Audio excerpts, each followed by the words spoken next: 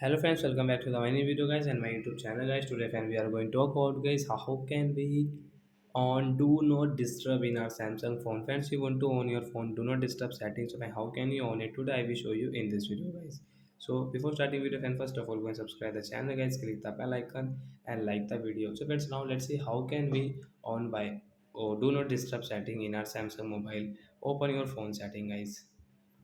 After on phone setting, I scroll it, friends. You can see this tab settings of how to on don't disturb friends. You can see guys your phone notification setting guys. Tap here, friends. You can see guys your do not disturb guys. Scroll it. So friends tap here, friends. You want to on your do not disturb. So friends you can on from here guys. So you can use guys your do not disturb setting guys. You can see that do not disturb is on until you turn it off. So like that guy we can on guys do not disturb setting guys in our Samsung phone guys. So I hope friends have understood how to on do not disturb in Samsung phone. Bye bye guys.